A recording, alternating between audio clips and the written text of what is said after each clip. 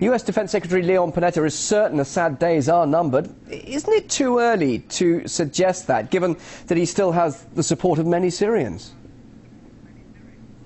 Absolutely. What you have in the United States now is you really have a conflict between two policies. On the one hand, you have Susan Rice, Samantha Powers, President Obama in a very aggressive regime change mode to get rid of the president of Syria. On the other hand, if you look at General Dempsey's comments, he continues to say that this is not the right moment for the military to intervene, that we need to have diplomacy, we need to find other ways to resolve the crisis. So what the Secretary of Defense Panetta is essentially being affected by this Susan Rice-led regime change faction, and his statements today are counterproductive to actually the future development of Syria. And he's not listening to the military by the sounds of things, because he said today if Assad wants to protect himself and his family, he'd better get the hell out now. That's the quote. I mean, that sounds like a military threat, doesn't it? It certainly is a threat, and if you look at what he is saying, that it's again paradoxical, because he's saying we have to keep the Syrian military, the Ba'ath military, in check, in power, when President Bashar Assad is removed. But yet, the conditions on the ground, the U.S. is supporting absolute chaos and destruction. So there's not going to be any stability. It is now publicly known, and it's been publicized on the front pages of the New York Times, that Al-Qaeda is very aggressive in this Syrian opposition. And in fact, Al-Qaeda wants to have a Iraqi-Syrian Sunni Al-Qaeda force to take on the Shia. So this is going to cause massive chaos and destruction in the country.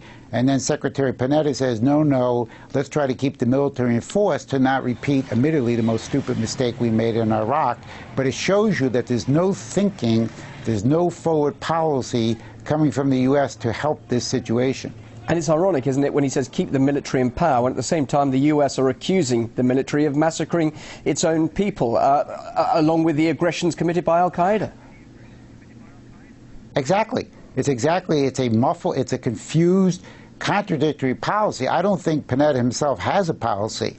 As I said, I think you've got this regime change faction, and the real concern we should all have is the bigger question, which is that Russia in particular has said they will not allow regime change, and that if Susan Rice and others go outside of the UN, this is a violation of the United Nations Charter itself, and therefore they will defend the notion of sovereignty beyond Syria, and this could bring us to the danger of war and nuclear war, and the policy of President Putin has remained absolutely steadfast now for several months on this very question of the danger of war if Syria and other countries' sovereignty is violated. And yet, there he is saying the mistakes of the Iraq war must not be repeated in a post-Assad Syria.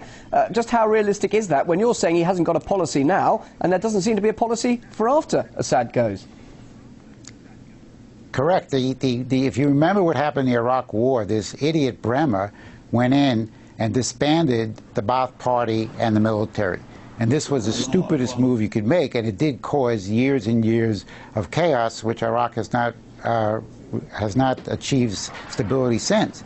But your point is correct. How do you say we should get rid of the president and get rid of the government, and yet we're going to keep the military intact, and yet our major allies in the streets is Al-Qaeda, and it's Al-Qaeda is supposed to be our #1 enemy from the 2001 attacks in the United States. What you really have is you have Saudi-funded, and other countries are funding not only the Muslim Brotherhood, but the more extreme Salafist, and Al-Qaeda gets money from the Saudi charities, and that is the force that we in the United States are stupidly aligning ourselves with. So you couldn't ask for a more confused and silly policy, except it brings about a danger of war, which makes it very serious and not so silly.